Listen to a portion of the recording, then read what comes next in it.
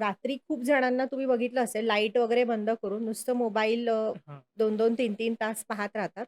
यावेळेला काय होतं ना, की मेलाटोनिन नावाचा एक हार्मोन असतो आपल्या हं. शरीरातला, की जो आपल्याला झोपेसाठी इम्पोर्टंट आहे, की म्हणजे हां. मला एक ड्राउझीनेस यायला किंवा निद्राकडे जायला हं, तो मेलाटोनिन आवश्यक असतो. हं. आणि त्या मेलाटोनिनला काय पाहिजे असतो, की एक अंधार किंवा एक माहोल हां, झोपेचा. ते जेव्हा त्याला मिळेल तेव्हाच तो मेलाटोनिन ॲक्टिव्ह होतो. हां. त्यावेळेला सगळ्यात पहिला इफेक्ट तो तुमच्या ब्रेनवर होतो. ओके, तुमचा मेलाटोनिन डिक्रीज व्हायला चालू होतो. मग अनिद्रा आहे किंवा झोप न येणे आहे, चिड आहे ओके. किंवा हार्मोनल इम्बॅलन्स आहे, हे सगळं चालू होतं.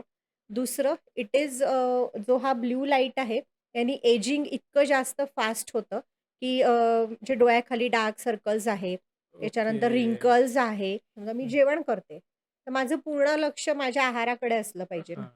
तरच ते माझ्या सिस्टमपर्यंत जाणार. कारण ते करेक्ट. फक्त इथून इथे जाण्याची ती प्रोसेस नाहीये. नाही. कुठेतरी त्याच्यात इथली पण इन्व्हॉल्वमेंट आहे. म्हणजे करेक्ट. तुमच्या ब्रेनपासून ते जाणार आहे. हं. ती बिघडते. डायजेस्टिव्ह प्रॉब्लेम्स तुम्हाला होणार आहेत. त्यानंतर जे सगळ्यात म्हणजे काय म्हणता येईल शॉकिंग असं, की हं. इन्फर्टिलिटीच्या ज्या केसेस आहे, ओह! की मूल न होणे यामागे देखील हा मोबाईल आहे.